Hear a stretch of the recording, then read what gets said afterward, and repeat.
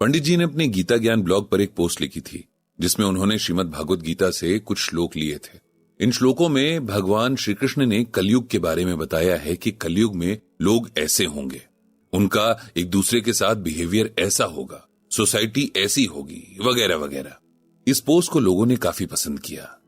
सभी अग्री भी कर रहे थे कि वाकई में इनमें कहीं हर बात सच हो रही है, चाहे वो सोसाइटी के बारे में हो, लोगों के बारे में हो, उनके आपसी रिलेशंस के बारे में हो। इन्हीं में से एक कमेंट एक रीडर का था जिसका नाम अजय था और उन्होंने लिखा था कि अगर सब भगवान की मर्जी से ही होता है, जैसा कि गीता में भी भगवान ने कहा है कि हर चीज में मैं हूं, तब भगवान ये सब बुरे काम क्यों होने देते हैं? क्यों नहीं सबके मन साफ कर देते ताकि ये धरती भी स्वर्ग बन जाए? पढ़ते हुए पंडित जी को हंसी आ रही थी क्योंकि इस एक कमेंट ने इसके बाद का सारा डिस्कशन ही बदल दिया था। पहले जहां सबको ये लग रहा था कि वाकई कलयुग में सब तरफ बुरा हाल है, हम इंसान अपनी बेसिक क्वालिटीज को भूल गए हैं जिनमें प्यार, दया और फॉरगिवनेस शामिल है। अब लोग ये बात करने लगे कि सारा कसूर भगवान का है, उन्हें ये होने ही नहीं देना चाहिए। इंसान कितना चालाक होता है, नहीं? उसे मौका चाहिए होता है कि अपनी गलतियों को दूसरे के सर डाल सके। इसके लिए वो भगवान को भी नहीं छोड़ता। इंसान या हालात तो बहुत दूर की बात है। पंडित जी इन सवालों का जवाब भी कई बार दे चुके हैं कि भगवान सिर्फ कर्म करने की इंस्पिरेशन देते हैं, उसके बाद उस कर्म को करना है, नहीं करना है, कैसे करना है, ये सब आत्मा पर डिपेंड करता है। आत्मा जिस शरीर में है उसके साथ जो कुछ भी होता है वो उसके कर्मों का फल है, चाहे पिछले जन्म के कर्म हो या इसी जन्म के। लोग इतनी सी बात ना समझकर इस बहस में उलझ जाते हैं कि जब हम कुछ गलत कर रहे थे तब भगवान ने हमें रोका क्यों नहीं। जरूरी नहीं कि हर कोई चालाकी में ही ऐसी बात कहे। हम में से ज्यादातर लोग इन बातों को नहीं समझते हैं, लेकिन अगर कोई समझाए तो समझने की कोशिश करते हैं। अगर कोई समझाने के बाद भी न समझना चाहे और अपनी बात पर जिसके पीछे न कोई तर्क है न कोई फैक्ट अड़ा रहे तो इसे क्या कहेंगे? पंडित जी का सामना ऐसे लोगों से होता ही रहता है। आजकल ऐसे ही एक इंसान उनके घर में आए हुए हैं, पिछले एक हफ्ते से ठहरे हुए हैं, रोज एक ही बात पर बहस करते हैं और दूसरे का पॉइंट न सुनना चाहते हैं न समझना चाहते हैं। ये पंडित जी के फर्स्ट कजिन यानी चचेरे भाई हैं। नाम है सत्यनारायण। पेशे से लॉयर हैं और किसी काम से शहर में आए हुए हैं। उनको हर चीज में अप टू डेट रहने की आदत है।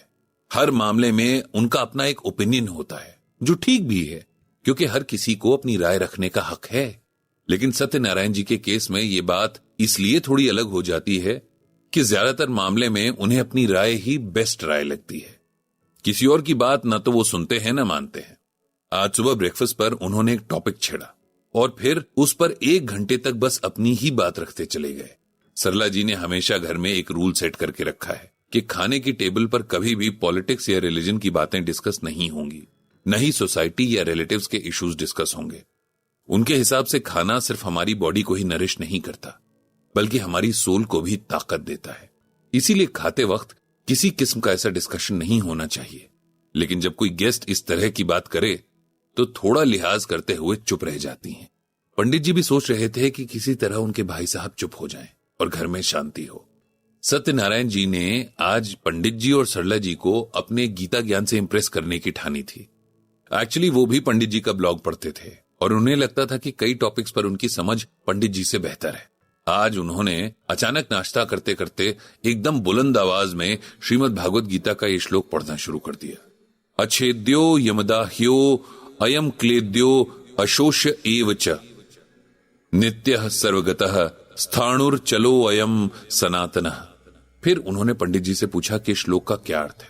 पंडित जी ने फिर इसका अर्थ बताया कि आत्मा को काटा नहीं जा सकता, जलाया नहीं जा सकता, गीला नहीं किया जा सकता और सुखाया भी नहीं जा सकता।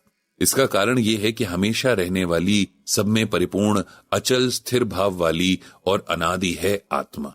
इसे सिंपल लैंग्वेज में ऐसे समझिए कि आत्मा अजर है यानी उस पर उम्र का असर नहीं होता, अमर है यानी कभी नहीं मरती और इसीलिए हमेशा एक जैसी रहती है।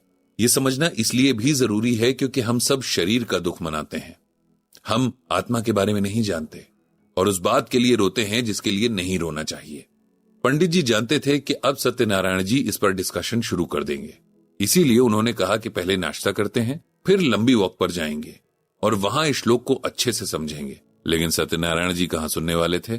उन्होंने फिर से कहा कि भगवान ने गीता में यह भी कहा है कि जब अधर्म बढ़ेगा तब मैं अवतार लूंगा, लेकिन आजकल तो इतना अधर्म है, फिर भगवान अवतार क्यों नहीं ले रहे? इस पर पंडित जी ने कहा कि बेशक भगवान ने कहा है कि मैं यानी भगवान अवतार लेता हूं, प्रकट होता हूं। जब जब भी धर्म की हानि होती है तब तब मैं आता हूं। जब जब अधर्म बढ़ता है तब तब मैं साकार रूप से लोगों के सामने प्रकट होता हूं। इस पर सत्यनारायण जी बोले कि अगर ऐसा है तब भगवान प्रकट क्यों नहीं हो रहे हैं?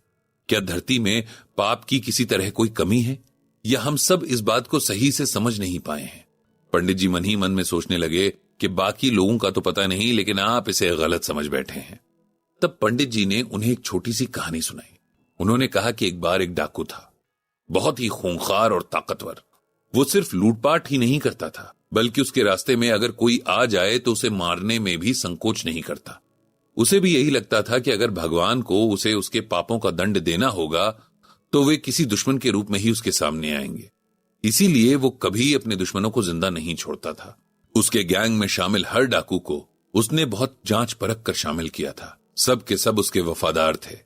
लोग उसके नाम से थर्राते थे। राजा और राजा के सिपाहियों से ज्यादा लोग उस डाकू से डरते थे। राजा को भी इस बात का पता था और उसने बहुत कोशिश की, लेकिन उसके सिपाही इस डाकू को पकड़ नहीं पाए। धीरे धीरे उस डाकू का हौसला बढ़ता गया और उसके पाप का घड़ा भरता गया। जब अति हो गई तो एक दिन किसी ने सुना कि वो डाकू मर गया है। जब उसकी मौत का कारण सुना तो सब हैरान रह गए। उसके घोड़े की देखभाल करने वाले एक मामूली मरियल से लड़के ने उसे सोते में मार डाला था और फरार हो गया था। उस डाकू ने उस लड़के के पिता और चाचा की हत्या कर दी थी। उसी का बदला लेने वो किसी तरह डाकुओं के अड्डे तक पहुंच गया था और उसे देखकर किसी को शक भी नहीं हुआ कि ये लड़का इतना बड़ा काम कर सकता है। पंडित जी ने आगे कहा कि इस कहानी को सुनाने का मतलब बस इतना है कि भगवान हर बात के लिए धरती पर खुद नहीं आते हैं, लेकिन वे अधर्म को खत्म करने की इंस्पिरेशन देते हैं। हम में से ही किसी को चुनते हैं और धर्म का राज लाने के लिए जो जरूरी हो उस काम के लिए हालात पैदा करते हैं। अगर हम ये सोचते रहे कि हर बार भगवान अलग से अवतार लेंगे तो ये गलत है। हम सब में उस ईश्वर का एक पार्ट पहले से मौजूद है, इसीलिए उनकी इंस्पिरेशन से कोई न कोई ऐसा जरूर सामने आ जाता है जो बुराई का अंत कर सके। अगर ऐसा ना होता तो आज धरती पाप के बोझ से दब गई होती, लेकिन भगवान हमेशा बैलेंस बनाकर रखते हैं। आज हमें हर तरफ सिर्फ बुराई ही बुराई नजर आ रही है, लेकिन ऐसा है नहीं। अच्छे लोगों की अच्छाई ने ही अभी तक इस दुनिया को बचाकर रखा है और आगे भी बचाकर रखेगी। पंडित जी ने जब अपनी बात खत्म की तब एज यूजुअल सत्यनारायण जी ने इस बात पर अपनी राय जाहिर की। राय क्या थी? 1 घंटे का लंबा मोनोलॉग था, लेकिन पंडित जी को अब इस बात की आदत पड़ चुकी थी, इसीलिए चुपचाप सुनते रहे और बिना कोई रिएक्शन दिए उनकी बात खत्म होने का इंतजार करते रहे। जहां बात से काम ना बने वहां चुप रह जाने की आर्ट भी उन्होंने गीता से ही सीखी है। सरला जी इस बात को समझते हुए धीरे धीरे मुस्कुरा रही थी और पंडित जी भगवान श्री कृष्ण से सबको सद्बुद्धि देने की प्रार्थना कर रहे थे।